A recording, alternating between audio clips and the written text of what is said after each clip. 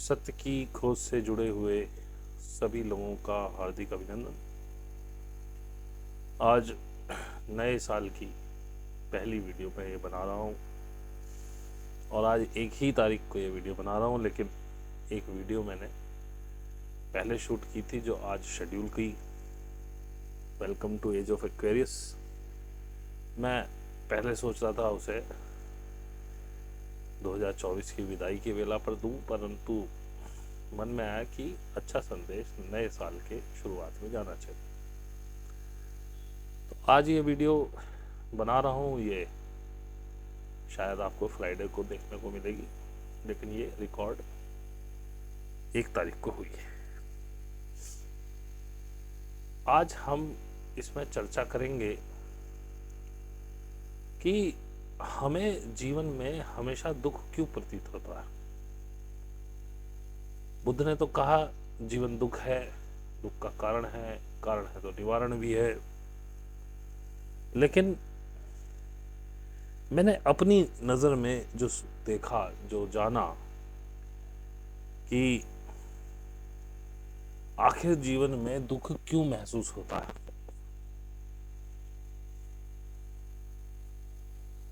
तो उसके बारे में चर्चा करेंगे।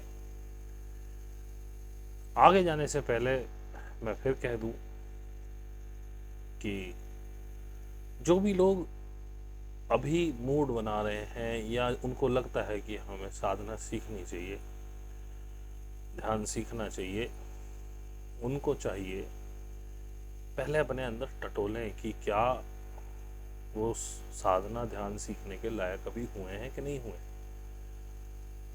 अनेक लोग आते हैं, महीने में कभी 2 कभी 4 जुड़ते हैं, और ऐसी बात नहीं है, रुकते भी हैं और छोड़ के चले भी जाते हैं 2-4 दिन में, कोई 1 हफ्ते में, कोई 2 हफ्ते में, कोई। तो पहले अपने अंदर झांक लो, बिना मतलब ये पैसे वेस्ट करना ही है तो बहुत से लोग करा रहे हैं, उनके पास चले जाओ। मेरे पास कोई शॉर्टकट नहीं है कि मैं आपको 7 दिन का कोई बूट कैंप करा के या कोई किस दिन की साधना करा के आपको कहीं ले जाऊंगा। मेरा रास्ता बहुत लंबा है, क्योंकि इसमें कोई शॉर्टकट हो भी नहीं सकता। ये तो मार्ग पूरा ही तय करना पड़ेगा आपको। जब तक इसे तय नहीं करेंगे कुछ ना कुछ छूट जाएगा। मैं कुछ छोटे गाइडेड मेडिटेशन या कोई छोटा कोर्स बना के आपके अंदर जो वुंड्स हैं उन पे प्लास्टर तो कर सकता हूँ, लेकिन वो अंदर ही अंदर रिश्ता रहेगा, आप उससे कभी मुक्त नहीं हो पाएंगे। यदि आप बिल्कुल ट्रांसफॉर्म चाहते हैं अपने आप को, तो उसके लिए कोई शॉर्टकट नहीं है, उसके लिए कोई गाइडेड मेडिटेशन नहीं, उसके लिए कोई कोर्स नहीं है कि किस दिन का, 41 दिन का, 60 दिन का, 90 दिन का, ऐसा कोई कोर्स नहीं है। मेरे पास आ रहे हैं तो बहुत सोच समझ के खूब ठोक बजा करके आइए। पैसे से यदि प्रेम है तो बिल्कुल मत आइए, क्योंकि वर्थ ऑफ द मनी आने में कम से कम 1.5-2 साल निकल जाएगा। उसके बाद तो मैं बड़ी जिम्मेदारी से कह रहा हूँ कि आप कहेंगे कि जो हम दे रहे हैं कुछ नहीं है, लेकिन वर्थ उसकी जानने में आपको कम से कम 1.5-2 साल चाहिए, और इतना डेडिकेशन लेकर के ही आइए। खूब सोच लीजिए, मार्ग सरल नहीं है, मैं बार बार कह रहा हूँ, बहुत कठिन है, क्योंकि मैं आपको सहज बनाता हूँ, और सरल होना इस दुनिया का आज की डेट में सबसे बड़ा काम है, सबसे कठिन काम है। आप सहज नहीं हो सकते, आप इतने क्लिष्ट हैं, आप इतने सख्त हैं कि आप सहज नहीं हो सकते। आप अपनी धारणाओं में, अपनी जिसे कहना चाहिए अपनी आदतों से इतने बंधे हुए हैं, पुराने पैटर्न्स में इतने बंधे हुए हैं कि मैं भी कोई बात आपको कहता हूं तो आप उन्हीं पैटर्नों के अनुसार मेरी बात को सुनते हैं। समझ नहीं आती, आने आने में यही होता है। आपको इस लेवल पे आने पे कि अब आप सीखने लगें 1.5-2 साल लग जाता है।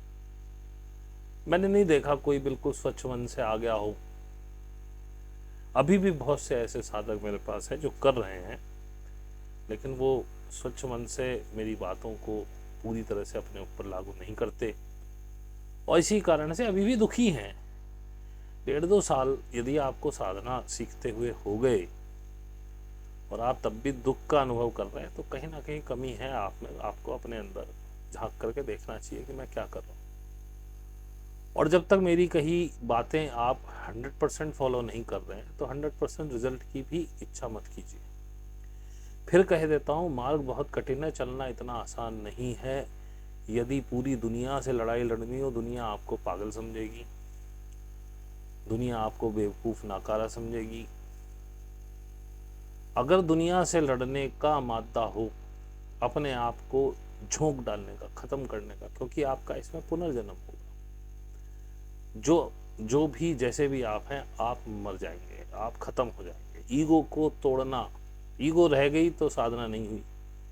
यही मेरा काम है। जितना आप मुझसे वार्तालाप, जो मुझसे वार्तालाप नहीं करते हैं उनकी मैं ईगो नहीं तोड़ पाया हूँ, इसीलिए वो आज भी फंसे हुए हैं। जो अपने मन की बात मुझे बताते हैं, वार्तालाप करते हैं मेरे साथ, मैं उसमें से पॉइंट ढूंढ ढूंढ के कैसे भी प्रेम से या डांट से उनकी ईगो तोड़ने का पूरा प्रयास करता हूँ। उन्हें बुरा भी लगता है और बुरा लगना भी चाहिए, क्योंकि जब तक बुरा नहीं लगेगा तब तक आप वो काम करने वाले ही नहीं जो मैं कह रहा हूँ।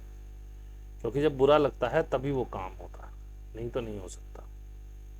इसीलिए जानबूझ करके मैं कभी कभी ऐसी कड़वी बातें कहता हूँ, कह देता हूँ सार्वजनिक रूप से, लेकिन लग जाती है उस व्यक्ति को जिसको मैं लगाना चाहता हूँ, और उसी की वजह से फिर वो उस पर ध्यान देता है और उस पर काम करता है। यही मेरा तरीका, और इससे अच्छा कोई तरीका हो ही नहीं सकता, क्योंकि आपको बातें ही वो याद रहती हैं जो आपकी ईगो को ठेस पहुंचा। खुद ध्यान करो, आपको इतने इतने कितने ऐसे क्षण याद हैं जिसमें आपको अच्छा लगा हो, बहुत फ्यू। और अब ध्यान करो कि कितने ऐसे क्षण याद हैं जिसमें आपको बुरा लगा हो, किसी ने आपका अपमान किया हो, किसी ने आप पे टॉन्ट कसा हो, कहीं आप हार गए हो किसी से, किसी ने बेइज्जती कर दी हो, बहुत सारी याद हो। क्योंकि जब आपकी ईगो पे चोट होती है तब आपको वो चीज़ें याद रहती हैं, इसीलिए मैं ईगो पे चोट करता हूँ। खैर, लंबा इंट्रोडक्शन हो गया। फिर बस इसको यही एंड करता हूँ कि भाई डिस्क्रिप्शन में हमारा फेसबुक पेज है, वहाँ पे हमें फ्रेंड रिक्वेस्ट भेजिए, इंस्टाग्राम पे फॉलो कर लीजिए, और ईमेल आईडी है, उस पर आप प्रश्न भेज सकते हैं जो कि आप भेजते नहीं हैं। और आप हमारे व्हाट्सएप पे और टेलीग्राम पे हमसे संपर्क कर सकते हैं यदि आप सीखना चाहते हैं। फीस मेरी 1000 रुपये पर मंथ है। जिसके पास नहीं है वो कृपया संपर्क ना करें। इससे कम में अब मेरे लिए ना कोई स्टूडेंट डिस्काउंट है ना कुछ है। आपके पास पैसा नहीं है, कृपया मुझसे दूर रहिए। मैं फ्री में किसी को अब कुछ नहीं सिखाने वाला। तो अब मेन वीडियो की शुरुआत करते हैं, जिसके लिए बनाया। सॉरी, थोड़ा इंट्रो लंबा हो गया। फिर भी मैं कहता हूँ, यदि आपको मेरे से कुछ मिलता हो, कुछ सीखने का अनुभव होता हो, कुछ लगता हो कि ठीक बात कहता हूँ, आनंद आता हो, तो लाइक कर दीजिए, सब्सक्राइब कर लीजिए, और शेयर भी किया कीजिए, कमेंट किया कीजिए। जैसे भी मैं आपको अच्छा लगता हूँ ठीक, मेरी बात अच्छी लगी ठीक, बुरा लगा तो ठीक, जैसा भी है लिखिए, मुझे कोई प्रॉब्लम नहीं है। आपको अपनी बात कहने का अधिकार है और मुझे भी सुनना चाहिए। कम से कम इंट्रोस्पेक्ट करने का मौका मिलता है जब आप कुछ लिखते हैं कि ये आपने बुरा किया या नहीं किया। तो बात हम करने हैं, जो मैंने टॉपिक लिया है कि दुख होता क्यों है हमें, हम मतलब संतुष्ट क्यों नहीं है जीवन में, हमेशा दुखी क्यों रहते हैं। तो जैसे मैं पहले भी कहता रहा हूं कि ये जीवन आपको जीने के लिए मिला है, लेकिन आप इसे जी कहाँ रहे हैं? क्योंकि आप तो हमेशा मृत्युलोक में घूमते हैं। आप कम से कम 80 से 85% समय तो पास्ट में घूमते रहते हैं। हर चीज आपको पास्ट से जज करनी होती है। ये खूबसूरत है, ये बदसूरत है, इसने अच्छा कहा, इसने बुरा कहा, ऐसा हमने वैसे देखा था, इसमें ऐसा नहीं होता, इनको ज्ञान कम है, इनको ज्ञान ज़्यादा है। कैसे पता चलता है? कंपैरिजन से ही तो पता चलता है। अमुक व्यक्ति ज़्यादा खूबसूरत है तो किसी से तो ज़्यादा खूबसूरत है ना, कोई तो है ना कंपैरिजन करने के लिए। अमुक व्यक्ति एवरेज है तो भी, अमुक व्यक्ति ज़्यादा खाता है तो किसी से ज़्यादा खाता होगा, या एवरेज व्यक्ति से ज़्यादा खाता, कम खाता है तो एवरेज से कम खाता होगा। आप हमेशा मृत्युलोक में ही घूमते हैं। 85% पास्ट जो मृत हो गया, तो भाई मृत्युलोक में कहाँ सुख हो सकता है? जो भी जीवन कहाँ है? जीवन है प्रेजेंट में। जो मोमेंट आप जी रहे हैं असली तो जीवन तो वही है ना। जो बीत गया मोमेंट उसमें कहाँ जीवन है? वो मृत हो गया। और आप हमेशा हमेशा हमेशा उस मृत समय की स्मृतियों में घूमते रहते हैं। उसी समय में किसी ने आपको कुछ कह दिया, आपको बुरा लग गया, आज बैठे बैठे वही याद आ गया और आप उसे सोचे जा रहे हैं और दुखी हुए जा रहे हैं और कोसे जा रहे हैं उसको। किसी ने आपके साथ बुरा व्यवहार कर दिया था, किसी ने आपको नीचा दिखा दिया था, आप कह रहे हैं आपके बस की तो कुछ है नहीं, क्योंकि ये तो आपसे ना हो पाएगा कि आप, वो एक लिखा रहता हरियाणा के ट्रकों पे, जलो मत रीस करो, यानी कि मेहनत करके इससे आगे निकल जाओ, अपनी लाइन लंबी कर दो, वो तो तुमसे हो ना पाएगा। तो आप कहते हो भगवान इसे भी दिखाना एक दिन, इसको पता चले बिना पैसे के कैसे रहा जाता, कम पैसे में कैसे काम होता है, ये साला हमें दिखा रहा। वो भी अपने, उसे भी आप ईगो बना लेते हो और अब बैठे हो अभी प्रेजेंट में जहां जीवन है वहां तो आप कभी रुके ही नहीं। और 15% आप रहते हो फ्यूचर में, जो अभी जन्मा ही नहीं, उसका सिर्फ एक ख्याल है, उसमें आप अपने ख्यालों की रोटियां पकाते हो, आनंद लेते हो, बड़े बड़े सपनों के महल बना लेते हो। बॉस ने कुछ कह दिया, कल को ऐसे करूंगा वैसे करूंगा, इसकी ऐसी तैसी कर दूंगा, फलाना कर दूंगा, ढिमकाना कर दूंगा। चलनी बॉस पे है नहीं, उसके सामने भीगी बिल्ली। किसी कोलीग ने कुछ कह दिया, वो बराबर का है तो ऐसे करूंगा वैसे करूंगा, उस साले को ये कर दूंगा वो कर दूंगा, अब उसकी लगे टांग खींचने। और आपने उस फ्यूचर में जाके जो प्लानिंग की, अब जब उसका इम्प्लीमेंटेशन आपने करना शुरू किया, तो क्योंकि उसका आधार आपकी घृणा थी, आपकी खीज थी, आपका गुस्सा था, तो उससे आप कोई जीवंत चीज कैसे बना सकते हैं? क्योंकि ये तो भावनाएं बड़ी टॉक्सिक हैं। यदि आप किसी पौधे को टॉक्सिक चीज़ों से सींच रहे हैं तो फल भी टॉक्सिक ही आएगा, जैसे कि आजकल हो रहा है। आपकी जो खेती है उसमें जितनी दवाइयाँ यूरिया आप डाल रहे हैं, तो आपके जो फल आ रहे हैं उसमें, जो गेहूँ आ रहा है, जो भी अनाज आपका आ रहा है, गन्ना आ रहा है, उसमें सब में यही तो आ रहा है। क्योंकि आप जहर डाल ले तो जहर ही वो जड़ें सींच रही हैं अपने आप को जहर से। तो ऐसे ही जब आप इन टॉक्सिक विचारों से कोई ख्याल सींचते हैं, उसका जब इम्प्लीमेंटेशन करते हैं तो उसका रिजल्ट भी गलत ही आता है। और वो आपको राहत नहीं देता, क्षण भर के लिए आपको लगता जरूर है मैंने आप बदला ले लिया, मैंने साले को सबक सिखा दिया, लेकिन अंदर कहीं आप तब भी खुश नहीं होते। क्योंकि अब या तो आपको, आपने कुछ ऐसा कर दिया, अब आपको उसका डर भी होने लगता है, यार इसका पता चल गया तो कल को ऐसा ना हो जाए वैसा ना हो। अगर आपने कोई षड्यंत्र किया और यदि अभी आप नहीं कर पाए हैं तो आप उसी में उलझे रहेंगे। और पीछे विचार क्या चल रहा है? उसी मृत्युलोक का, जो चीजें बीत गई, जो आपको लगा कि उसने आपके साथ बुरा किया था या उसने षड्यंत्र किया था, बेस तो वही है ना। उसकी जो एनर्जी है विचार की, आगे का जो फ्यूचर प्लान किया आपने, उसकी जो बीज है वो तो पास्ट में ही है ना। और जब तक आप मृत्यु से जुड़े हैं तो आप जीवन का मजा कैसे लेंगे? जिस दिन आप जीवंत क्षण जीने लगें, वर्तमान में अपने आप को स्थिर कर पाएं, उस दिन आप खुश रहने लगेंगे। और जैसा मैंने पहले भी बताया था कि दृष्टा ही दृश्य है। जब आपको सामने वाला लगे इसमें कुछ प्रॉब्लम है, आपको लगे कि ये तो षड्यंत्र करता आदमी, ये बढ़िया नहीं है, ये ऐसा है, ये वैसा है, ध्यान रखना जब उंगली ऐसे करते हो तो 3 तुम्हारी तरफ रहती है। ये होता है। 1.5 मान लो अंगूठा भी अगर ऐसे करते हो, लेकिन 3 तुम्हारी तरफ मुड़ रही। तो ऐसे करने के बजाय पहले इन 3 उंगलियों को यदि आपने देखना शुरू कर दिया तो आप देखेंगे कि कहीं ना कहीं वो खींच आपकी थी, कहीं ना कहीं वो विचार आप ही के थे जो आपको परेशान कर रहे थे, और उन्हीं के चश्मे से आपने उसके एक्ट को देखा। यदि जीवन में आपके साथ षड्यंत्र होते रहे हैं तो आपको हर व्यक्ति षड्यंत्रकारी दिखाई देता है, क्योंकि ट्रस्ट खत्म हो गया आपका। हर व्यक्ति ने, मैक्सिमम लोगों ने आपके साथ धोखा दिया है, ट्रस्ट करने वाला कोई बचा नहीं। और देखो, आपको कोई मिला भी, आप लड़का हैं तो किसी लड़की से प्रेम हो गया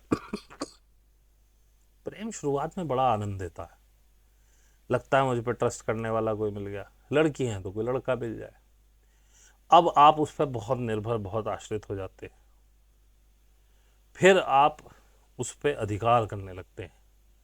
दुनिया ने आपको षड्यंत्र दिए, आपको एक तरफ से थोड़ा प्रेम विश्वास मिला, आप पूरी तरह से बह गए उसकी तरफ, लेकिन अब आपने उस पर अधिकार करना शुरू कर दिया। वहीं से आपका वो रिलेशन भी टॉक्सिक हो गया। क्योंकि मैं पहले ही कहता हूं, बंधन किसी को पसंद नहीं है। तो ये भी एक कारण है आपकी रिलेशनशिप खराब होने का, जब आप अधिकार करने लगे।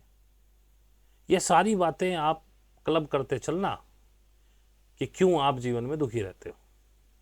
अब जब हद से ज्यादा बाउंडेशन उस पर बढ़ती है, वो आपको छोड़ के चला जाता है। अब आपको और ट्रॉमा मिल गया, क्योंकि जब आप ट्रॉमा वाली एनर्जी में रह रहे हैं, आप ट्रॉमा ही अट्रैक्ट करेंगे अपने ही कृत्यों से।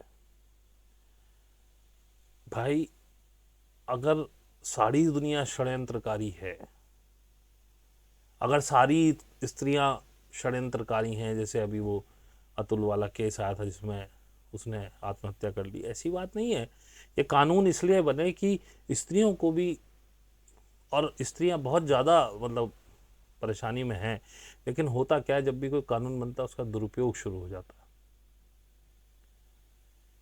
वाइस वर्सा है, दोनों ही पक्ष, एक कोई कहीं बैड है, कोई कहीं बैड है। किसी केस में स्त्री बैड है तो किसी केस में पुरुष बैड है। ऐसी बात नहीं है कि केवल पुरुष परेशान है, लेकिन कानूनों को कुछ इस तरह से मोड़ा गया है कि वो स्त्री के पक्ष में ज़्यादा मुड़ते हैं। जैसे पहले दहेज का कानून था, उसको भी सुप्रीम कोर्ट ने ऐसी डी प्रेशराइज किया था। उसमें क्या था, मेरे सामने सामने की बात है, शायद 5-7 साल पहले की बातें होंगी, उसमें भी ऐसा ही हुआ था, या 8-10 साल लोगों की, ज़्यादा, इससे ज़्यादा समय नहीं हुआ। वहाँ उस समय दुनिया भर के दहेज के केस हो रहे थे। होता क्या था उसमें, यह था कि नाम सबसे पहले लड़की लिखवाती थी अपने हस्बैंड का, सास ससुर का, अपनी ननद का, नंदोई का, और ये सारे जेल जाते थे सिर्फ प्रेशर बनाने के लिए। अब इसके इतने दुरुपयोग हुए कि सुप्रीम कोर्ट के कोई जज, ऐसा, अगर ये बात सही है मुझे नहीं पता, वो किसी जेल की विजिट पर गए थे तो वहाँ एक बुढ़ी माई सफाई कर रही थी। उन्होंने कहा भाई वो तो 80 साल की, भाई इसने क्या कर दिया? बोले ऐसे ऐसे केस लगा। अब उसने उसकी दास्तान सुनी, उसे समझ में आई, तो उन्होंने जाके उस पर ऑर्डर किया और उसमें से वो प्रावधान हटाए। तो अब दहेज के केस नहीं हो रहे हैं। अब जितने केस हो रहे हैं अधिकतर एलिमनी वाले हो रहे हैं, अब तलाक वाले हो रहे हैं कि भाई तलाक हो, एलिमनी दो। एक केस में सुन रहा था, उसमें वो 7 दिन लड़की रही है केवल, और डिमांड 70 लाख की कर रही है। जज ने भी पूछा भाई 7 दिन के 70 लाख, ऐसा क्या हो गया भाई, तुम तो रुकी ही नहीं इसके पास। तो अब ठीक है, मैं ये नहीं कहता, क्योंकि मुझे केस का पूरा पता नहीं और मैं देखता भी नहीं इन केसों को, क्योंकि ये तो होते ही रहते हैं, तो मुझे नहीं पता कि किसकी गलती है, वो अदालत का काम है। लेकिन ऐसी बात नहीं है, कई निकिताएं परेशान होंगी तो कई अतुल परेशान है। कहीं निकिता आत्महत्या करती है तो खबर नहीं बनती, क्योंकि पुरुष प्रधान समाज है। अतुल आत्महत्या करता है तो खबर बनती है। लेकिन हाँ, कानूनों को इस हिसाब से डिज़ाइन किया जाना चाहिए कि उनके दुरुपयोग ना हो सके, किसी भी पक्ष को अनावश्यक ना सताया जाए। खैर, हम बात से दूसरी बात पे आ गए। तो मैं बात कर रहा था कि जब तक आप मृत्यु के क्षणों में जिंदा है, जब तक आप उन्हीं अतीत के क्षणों को ढो रहे हैं, तो जो जीवन आपको जीने के लिए दिया वो जी कहाँ रहे हैं, क्योंकि हैं तो आप पास्ट में। आप जो फ्यूचर सोचते हैं वो भी पास्ट की घटनाओं से ही, उसका बीज आप पास्ट से ही लेते हैं। जो भी उसमें जिसे कहना चाहिए मतलब प्रेरक तत्व है, वो पास्ट की घटनाएं हैं, उसी से आप अपना फ्यूचर प्लान कर रहे हैं। और पास्ट में क्योंकि वो बुरा हुआ है, तो फ्यूचर आपका ना, प्लानिंग आपकी ढंग की है, और करना ही क्यों है। मैं कहता हूं अगर आज में जिंदा रहने लगे और आज में एक अच्छे, मतलब सिर्फ आज आप अच्छा जिए, भूल जाइए पास्ट, भूल जाइए फ्यूचर, क्योंकि आज ही जो आप आज जी रहे हैं वही आपकी फ्यूचर की इवेंट्स की नींव है। समझिए कि आज आपको मन हुआ कि हम गाजर का हलवा बनाएंगे, सर्दी चल रही है, अभी मैंने भी बनाया तो गाजर का हलवा याद आ गया, गाजर का हलवा बनाएंगे, तो क्या फ्यूचर में जाके ऐसे ही बन जाएगा?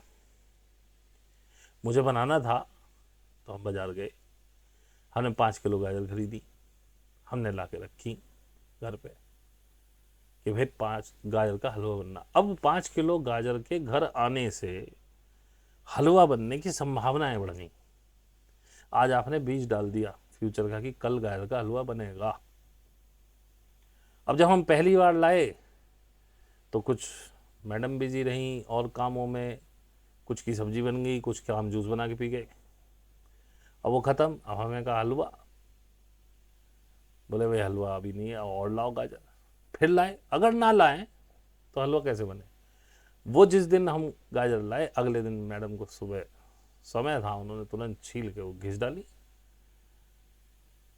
अगर वो ना घिसी गई होती तो हलवा बन सकता था, या गाजर आई ना होती, क्योंकि हमने बीज डाल दिया था घर में लाके। ठीक है, एक बार हमारा प्रयास विफल हो गया, दोबारा बीज डाला, बन गया। अगर वो ना बना होता तो हम खा भी नहीं सकते थे अगले दिन, और शाम तक बन के निपटा। खैर रात में ही भोग लग गया, लेकिन लग नहीं पाता ना अगर वो दिन में ना बना होता। तो देखिए, प्रेजेंट का क्षण आज भर का नहीं है, 24 घंटे का नहीं, प्रेजेंट का क्षण तो बहुत छोटा सा है।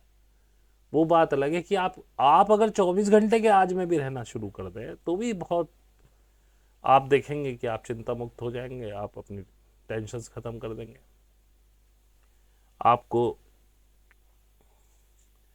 दिखाई देगा कि आप खुश रहने लगे। लेकिन आप कोशिश करिए, करके देखिए, हो नहीं पाएगा, क्योंकि हो ही नहीं सकता।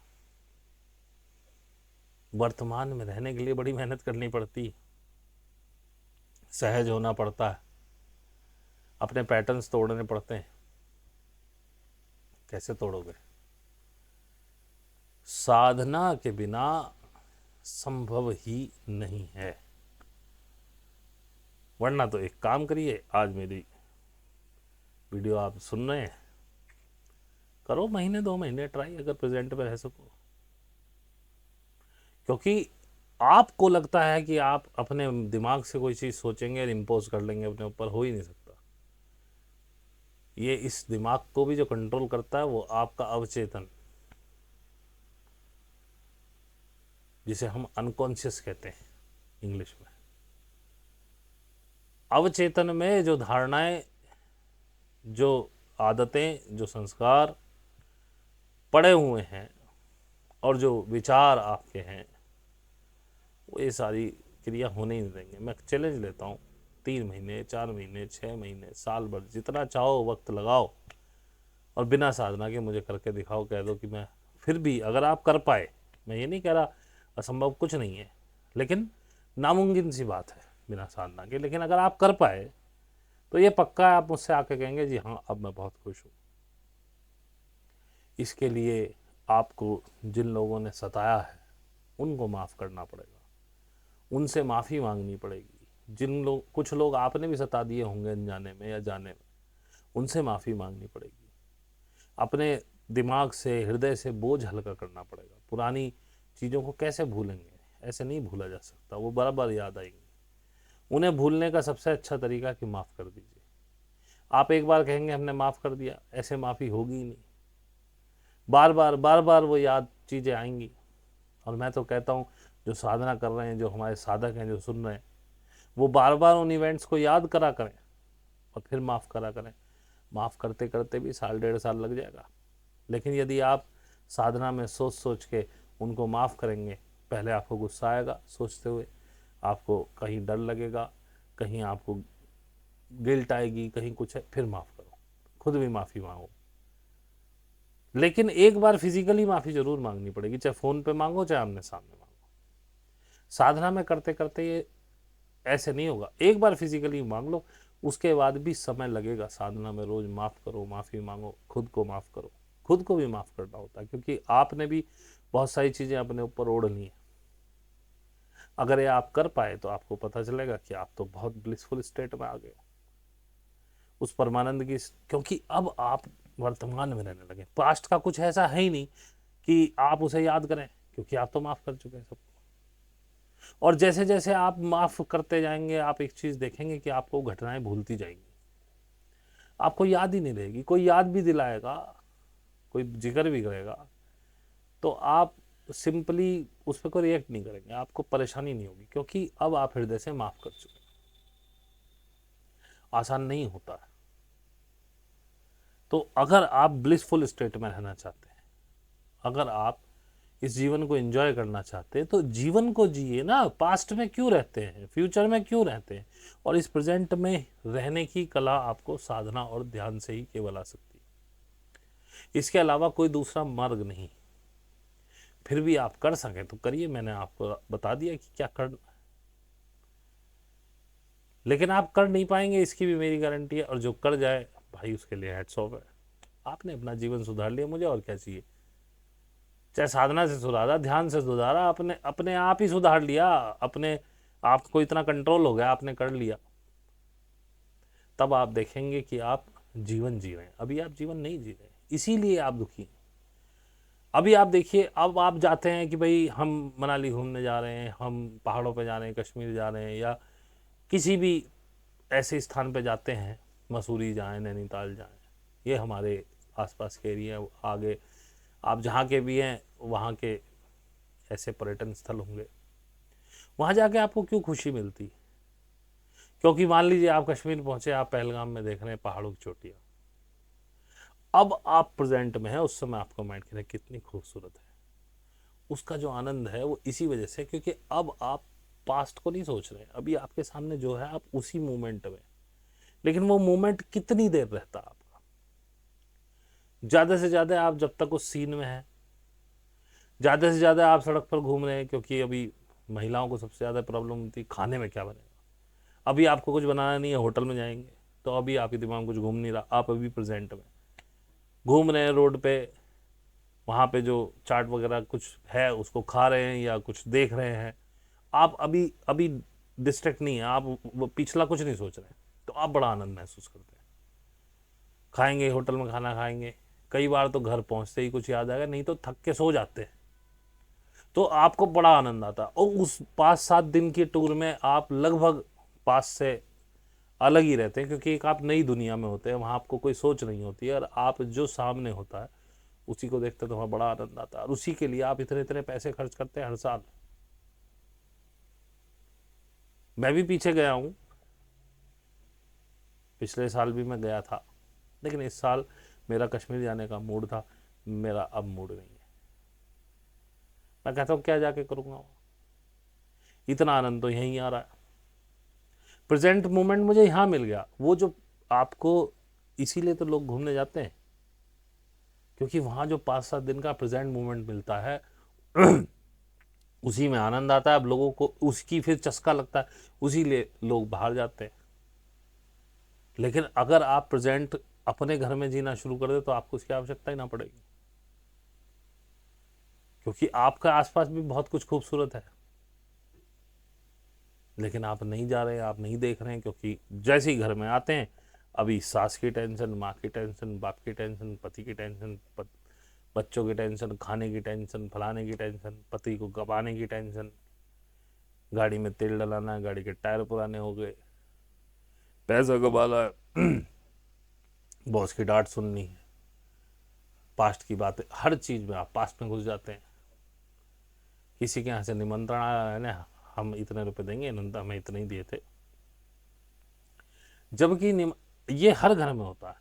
लोगों ने डायरियां बनाई हुई है किसने हमारे पे कितना पैसा डाला था, जबकि इसका कोई हिसाब होना ही नहीं चाहिए। मुझे खूब याद है, मेरी सगे मामा की छोटी लड़की की शादी थी, 3 बच्चे थे उनके, हैं मतलब, मामा नहीं रहे अब, कोविड में चले गए। 2 बेटियां, 1 बेटा, सबसे छोटा बेटा, बड़ी 2 बेटियां, बीच वाली बेटी की शादी थी। मुझे तभी तभी अलग किया गया था, मेरे पास ना कोई काम था ना धंधा था। मैं मामी के पास गया, मैंने 251 रुपये दिए, मामी इससे ज़्यादा मेरी हैसियत नहीं है आज।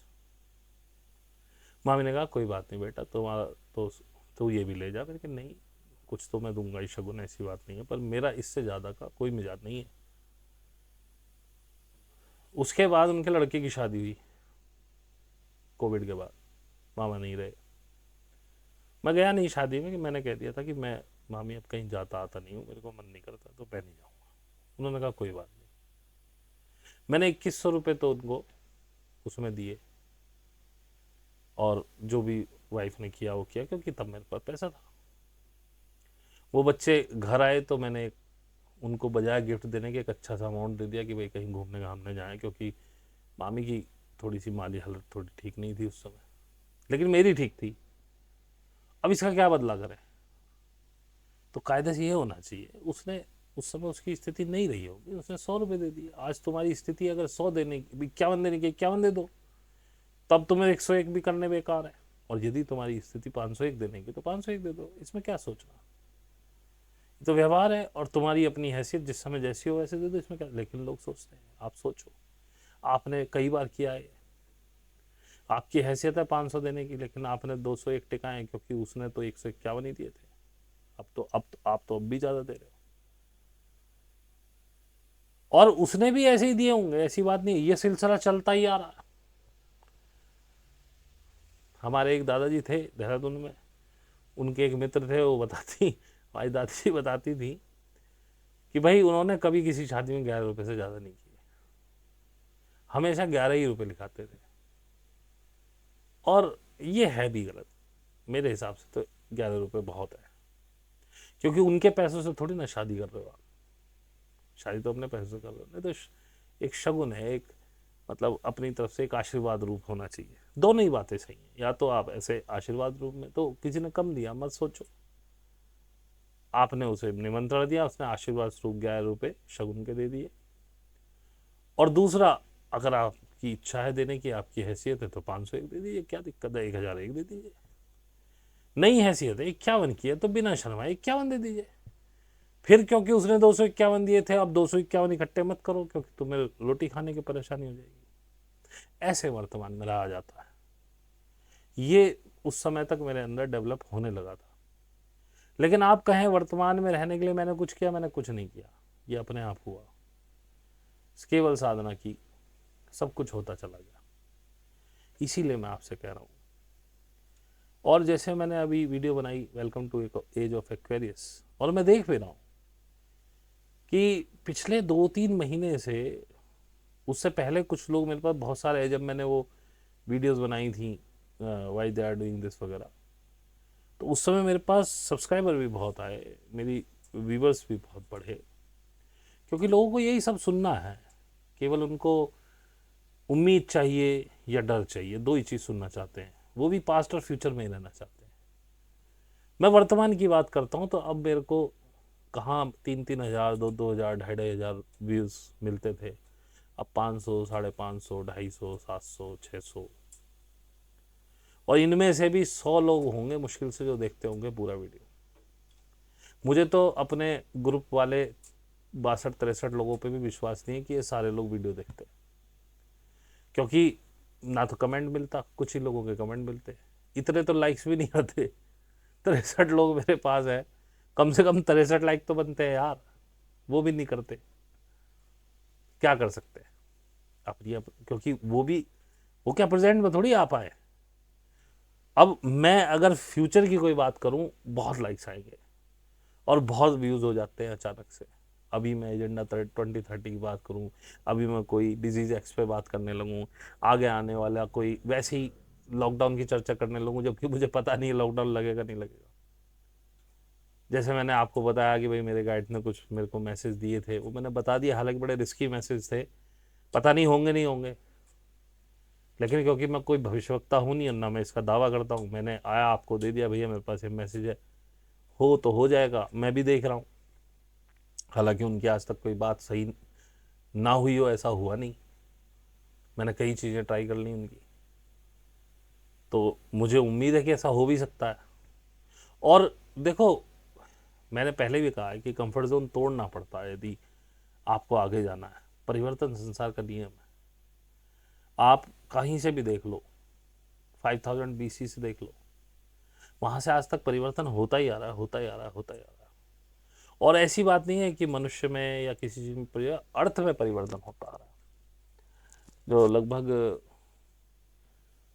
कितना 30,000 साल पहले शायद लास्ट हिम युग समाप्त हुआ था, उसके बाद जितनी भी सभ्यताएं पनपी, वो जो वो भूमध्य रेखा है, उससे 30 डिग्री ऊपर एक रेखा खींच लीजिए, वहाँ पनपी। आपको मेसोपोटामिया और ये ईरानियन सभ्यता, ये अपनी जो हड़प्पा मोहनजोदड़ो वाली है, ये सारी उसी लाइन के आसपास मिलेंगी, क्योंकि नीचे का तो सब फ्रीज था।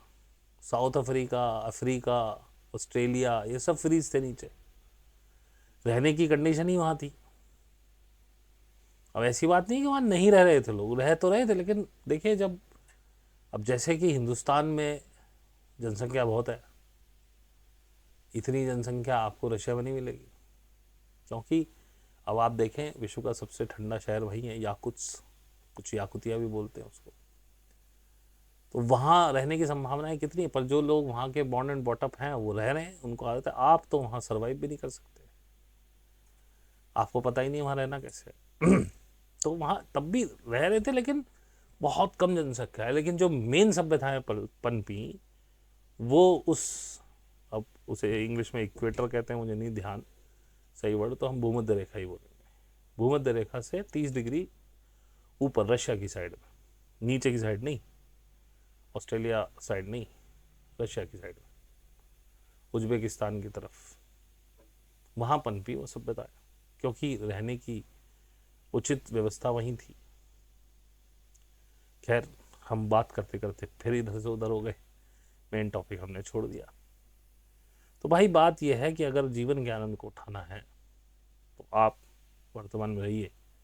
अब ठीक है, मेरे गाइड ने मुझे कुछ बता दिया, मैंने आपको भी बता दिया, लेकिन मुझे जरा सा भी संकोच नहीं है इस बारे में कि कल क्या होगा, मैं सोचता ही नहीं। आज मैं अच्छे बीज बो रहा हूँ, कल के बीज अच्छे ही होंगे, और कुछ भी रुका नहीं है। कभी आप सोच रहे हो कि एजेंडा 2030 ऊपर चला गया, नहीं। आरबीआई ने ई रूपी को पुश करना शुरू कर दिया है। मैंने न्यूज़ देखी अभी, फेसबुक पे किसी ने कटिंग लगाई थी 30 तारीख की, कि आरबीआई ने अपने एम्प्लॉयज़ को कुछ पैसे वॉलेट में दे दिए और कह रहे हैं इसे यूज़ करना शुरू करो, टेस्टिंग ट्रायल समझो। और आज मैंने एक और न्यूज़ देखी कि आरबीआई ने निश्चय किया है कि आगे से जो सैलरी आएगी आरबीआई के लोगों की, वो सारी ई वॉलेट में आएगी। अब आप कह रहे हैं, मैं, हालांकि सबके अपने अपनी सोच है, अपने अपने प्रयास हैं, वो बेचारे बहुत प्रयास कर रहे हैं, बलहारा जी हैं और भी ऐसे लोग हैं, डॉक्टर तरुण कोठारी हैं और भी हैं। अब आप कैसे रोकोगे बताओ? कौन आदमी कह देगा मैं तो नहीं ले रहा सैलरी ई रूपी में? बड़ी बड़ी जो कॉर्पोरेट्स हैं वो कहेंगे हम तो ई रूपी में देंगे, कर ले क्या करें। ये बैंकों के सर्वनाश की शुरुआत हो रही है। अगले 2 साल में, 1.5 साल में, क्या पता ये एक पेंडेमिक और प्लान कर दे और फिर से आपको घरों में बंद कर दे, फिर आपको ई वॉलेट चलाना पड़ेगा। कह दे भाई यूपीआई बंद हो रहा है, ई वॉलेट ही चलेगा। और जो कॉर्पोरेट से वो कहेंगे हमारी सैलरी ई वॉलेट में आएगी। कर लो, अब क्या करते हो तुम, बैंक ठप। इनका भरोसा नहीं, ये 1 साल में ठप कर दे बैंक। लेकिन मैं घबराता नहीं, डरता नहीं, क्योंकि परिवर्तन होना ही है। दिस इज इनएविटेबल, इसे टाला नहीं जा सकता। और जैसा कि मैं हमेशा सिखाता हूं, नदी की धार के साथ बहो, कम एफर्ट में ज्यादा दूरी तय होगी। आप हालांकि बल्हारा जी बड़ी मेहनत करते हैं और बड़ी मेहनत करते हैं, लेकिन फिर भी आप एक विरोध तो पैदा कर सकते हैं, लेकिन इसे टाल नहीं सकते। अगर किसान को जो मंडी में अनाज लेके जाएगा उसको ई वॉलेट में पैसा मिलने लगे, वो मना कर देगा क्या? सिस्टम में जिस दिन वो गवर्नमेंट चाहिए, आपको पूरी तरह से आना ही पड़ेगा। मुझे बता दीजिए, कोविड से पहले पेटीएम कितना चलता था? चल रहा था, लेकिन इतना नहीं चल रहा था। और आज आप यूपीआई कितना यूज कर रहे हैं? आपको याद भी नहीं होगा लास्ट टाइम बैंक कब गए थे, या किसी का एटीएम ही बैंक में रखा और वो पास ही हो, तब वो भी आप एटीएम तक ही जाते होंगे, बैंक में नहीं घुसे होंगे। या जिनके कुछ लॉकर्स वॉकर्स हैं, एफडी वगैरह, उसके काम के लिए बैंक जाते हैं, अब तो वो भी ऑनलाइन ही रिन्यू हो जाती, कहीं नहीं जाना पड़ता। तो भाई साहब, ये भी आपने एक्सेप्ट कर ही लिया ना, ई वॉलेट भी आप एक्सेप्ट कर ही लोगे। और बिटकॉइन भी ऊपर जाएगा ही जाएगा। कहीं मैंने न्यूज़ सुनी थी, मुझे नहीं पता कितनी सच है कितनी झूठ है, कि अमेरिका प्लान कर रहा है कि गोल्ड बेच के बिटकॉइन खरीदे। मुझे नहीं पता। उसके बाद ये ई रूपी, बिटकॉइन, क्रिप्टो विप्टो, आप देखें क्रिप्टो भी यहाँ पे चलाया जाएगा इंडिया में आगे आने वाले समय में। क्योंकि जब क्रिप्टो से पैसा बनना था, तब हमारी गवर्नमेंट ने बैन कर दिया। मुझे खूब याद है, 20,000 रुपये का एक बिटकॉइन मिल रहा था, और डर के मारे इसीलिए नहीं खरीदा कि पता नहीं सही है कि गलत है। 20,000 तो मैं जब भी खर्च कर सकता था, और आज उसकी वैल्यू देख लो। लेकिन मुझे कोई अफसोस नहीं है, ठीक है, मैंने डिसीजन लिया, सोच समझ के लिया, नहीं लिया नहीं लिया। और आगे भी मैं बिटकॉइन में कोई बहुत ज़्यादा कोई सोच नहीं रहा हूँ इन्वेस्टमेंट की। अब करेंसी ही बिटकॉइन हो जाए तो बात एक अलग है, लेकिन ये जो ई वॉलेट आ रहा है, क्रिप्टो ही तो है। तो आपको क्रिप्टो में डील करना ही पड़ेगा। जब सैलरी आपकी क्रिप्टो में आएगी, और जब क्रिप्टो में मतलब ई वाले वही मतलब ई रूपी में आएगी, तो ई रूपी आप खर्च करेंगे। अब जिससे आप सामान लेंगे, क्योंकि कैश है ही नहीं, तो उसको भी वॉलेट लेना ही पड़ेगा। ये तो मतलब 1.5 साल में पूरे देश में फैल जाएगा, इसमें कोई बड़ी बात नहीं, आप नहीं रोक पाएंगे। रोते रहो, आप प्रोटेस्ट करोगे, आपके पिछवाड़े तोड़ देगी गवर्नमेंट। वो कह रहे तेरे का क्या मतलब है, कागज का नोट भी तो नोट ही है ना। जिसे बलाला जी दिखाते पड़ते हैं कि भाई साहब ये तो नोट है, असली पैसा नहीं है। इतना बड़ा तुमने आंदोलन खड़ा कर रखा है, सबको समझा रहे हो।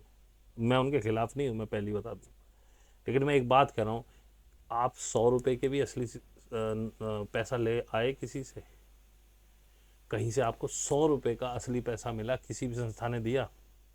नहीं मिलेगा। थ्योरेटिकली सारी बात ठीक है, प्रैक्टिकली जो है वो एक्सेप्ट करना ही पड़ेगा। बेशक वो नोट है, लेकिन उसकी वैल्यू 500 की चेक, ये चेक कहते हैं कहीं कहीं, तो इसे हमारे यहाँ नोट कहते हैं। नोट मतलब लिखा हुआ नोट, लिखा हुआ नोट है वो, लेकिन वैल्यू उसकी उतनी है, 500। ठीक है, वो जो सोने वाला मानक था उसके पास नहीं है, क्योंकि सोने का मानक बहुत पहले खत्म हो गया। ये अब किसी भी देश की सरकार में सोने का मानक नहीं चलता है। लेकिन मैं फिर भी कह रहा हूँ, जिनके पास 2 पैसे हैं, सोना खरीदिए, मेटल, गोल्ड।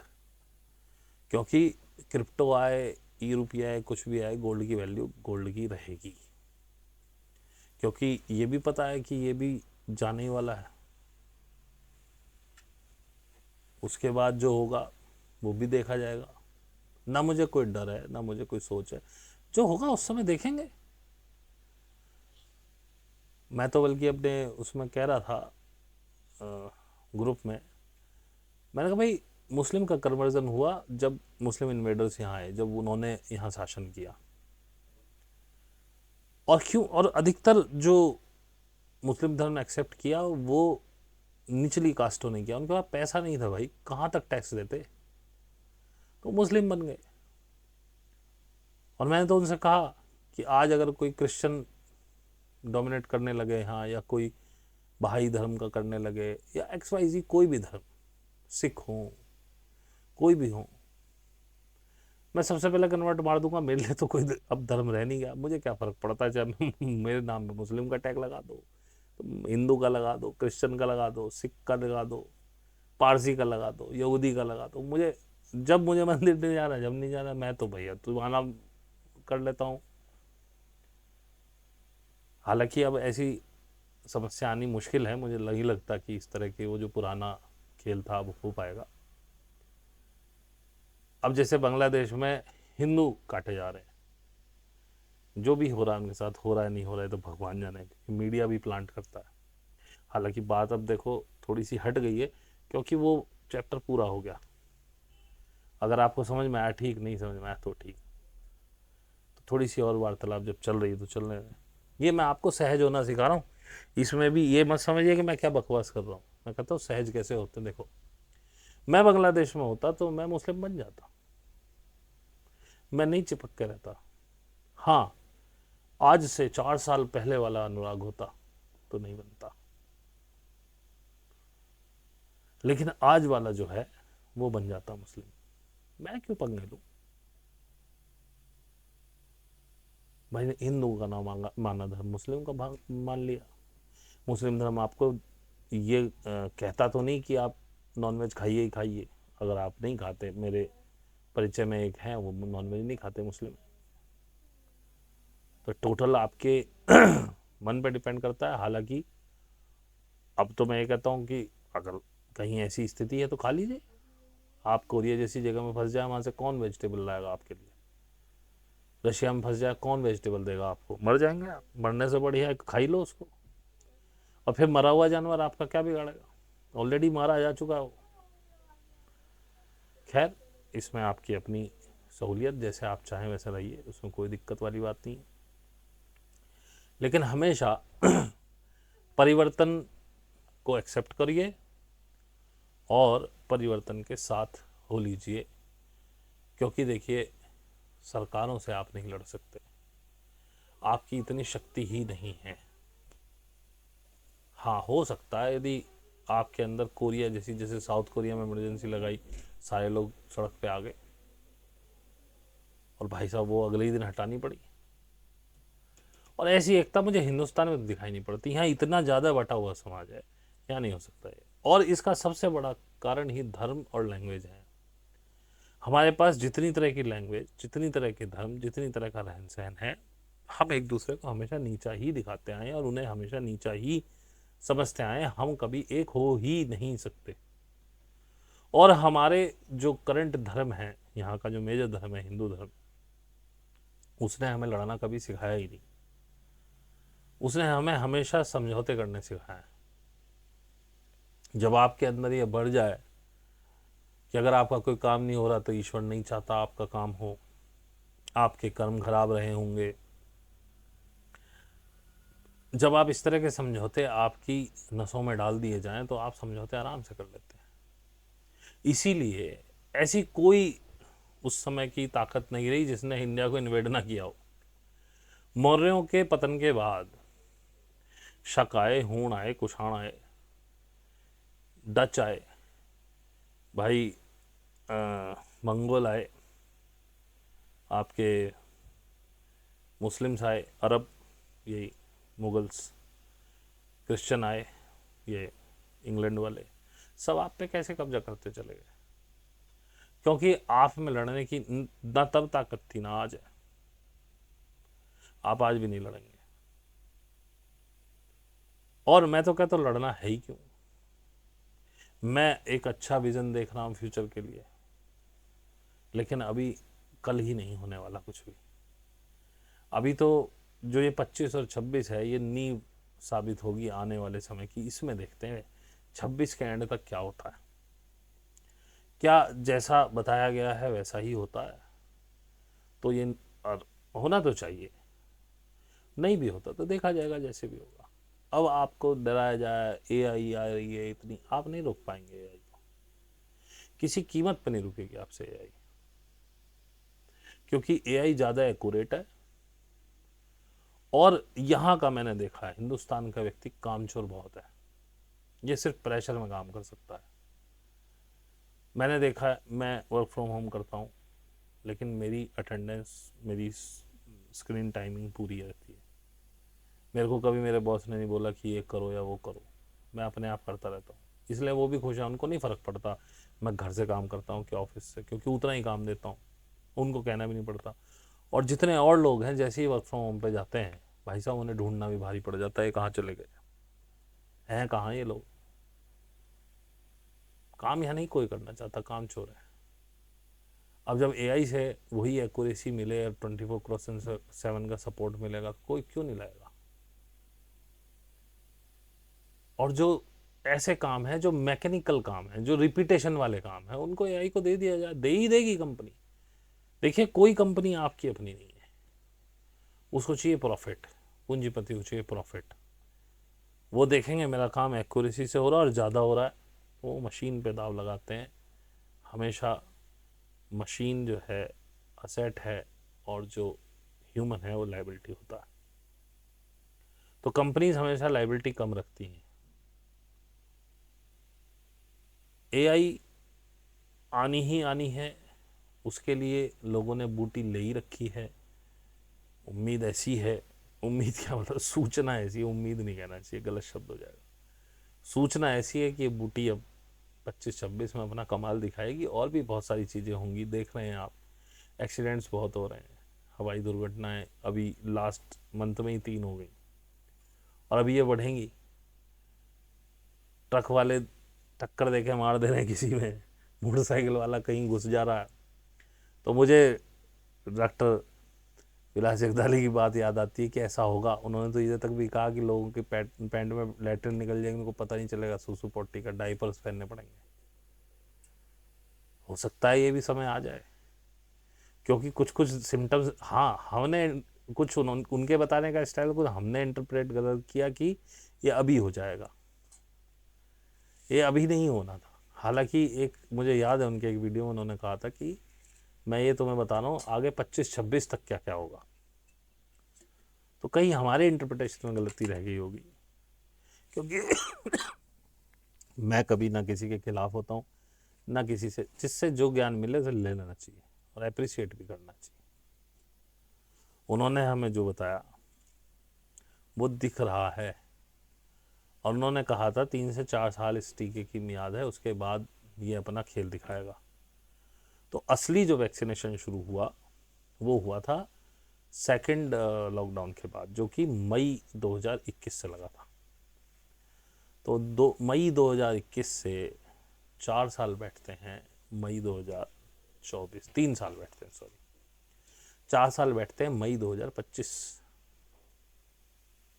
और आप यदि गौर करें पिछले सिर्फ 3 महीने में, देखिए आपके मिलने वालों में कितनों की मौत हो गई है। आपको नंबर्स अगर आप देखेंगे तो आपको हैरत होगी। और अभी ये नॉर्मल हो रही है, कोई कभी टपक गया, कोई टपक गया, पैंडेमिक की तरह नहीं हो रहा, तो शोर भी नहीं मच रहा। लेकिन इसके पीछे कहीं ना कहीं बूटी तो है बाबा जी की।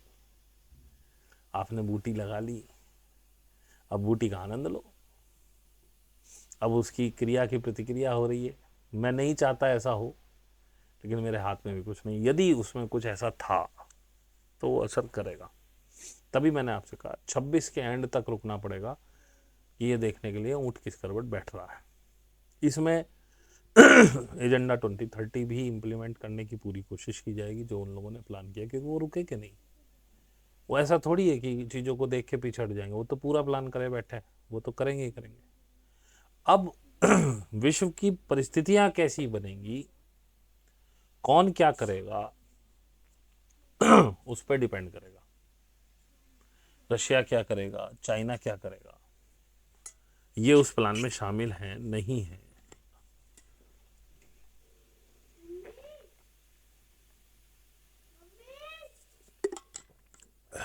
जो एज ऑफ एक्वेरियस की हमारे पास जानकारी है उसके हिसाब से तो ना आप डुअलिटी चलने वाली है और ना ही अब ये दमन वाला खेल चलेगा, ना ही लोग गुलाम होंगे।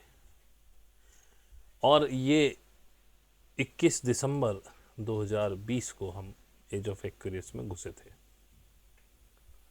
लेकिन ऐसा तो है नहीं ना घुसते ही एकदम से कुछ चेंज हो जाएगा। चीज़ें बहुत धीरे धीरे धीरे धीरे बदलेंगी। मुझे लगता है कम से कम 15 साल, आज से 15 साल लगाएं तो 2040, कम से कम 36 35 34 35 36 तक आपको समझ में आना शुरू होगा खेल। लेकिन मैं देख रहा हूँ बदलाव थोड़े थोड़े हो रहे हैं।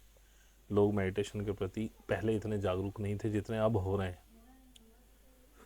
और ये आगे बढ़ेगा ये ट्रेंड, क्योंकि एज ऑफ एक्वेरियस कहता है कि हम साथ मिलकर काम करेंगे।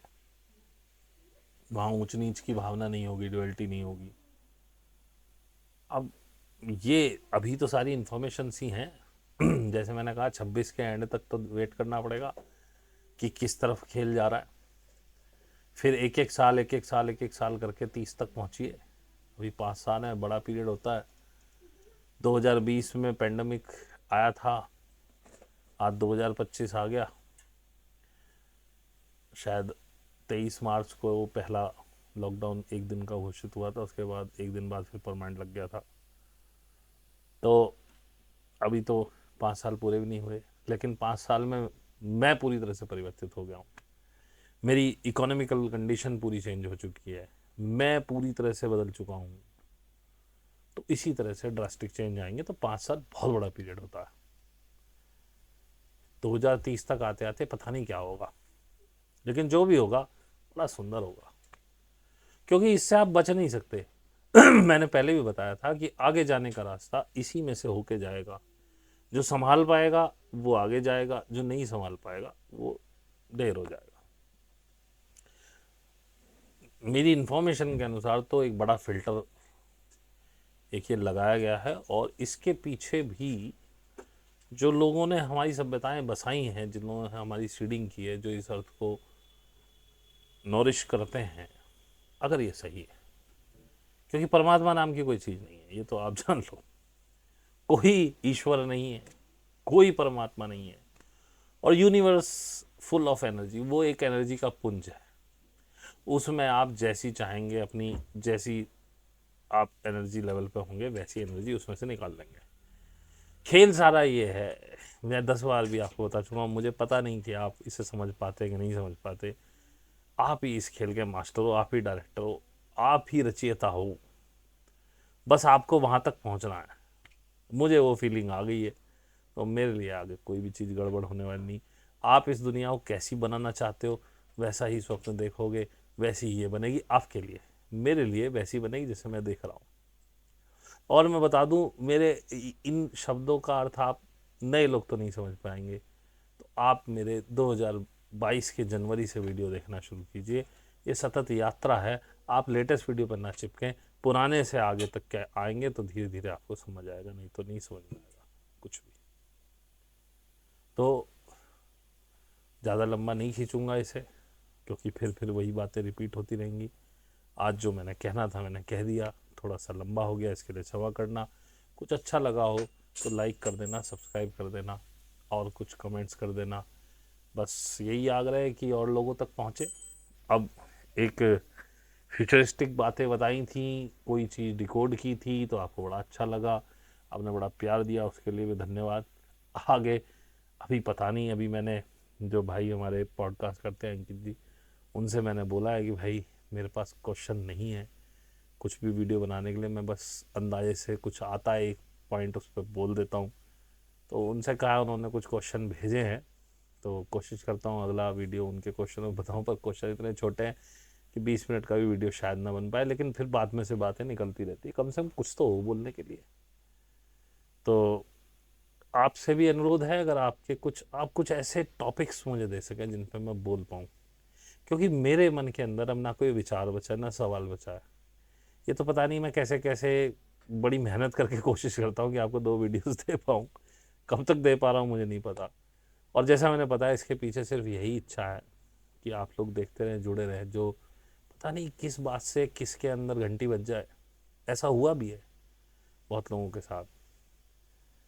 किस बात, किसी एक वीडियो की किसी बात से उनको बस लगा कि नहीं अब जाना चाहिए, अभी तो करना ही चाहिए, अब कोई वो नहीं रह गया। तो उसी मोमेंट के लिए मैं ये सब बना रहा हूँ। पता नहीं कौन सी बात आपके अंदर वो इच्छा जगा दे कि अब चले, अब तो करना ही है। अभी मेरे पास एक सज्जन आए, उनकी कई बार मेरे को व्हाट्सएप पहले भी आए थे।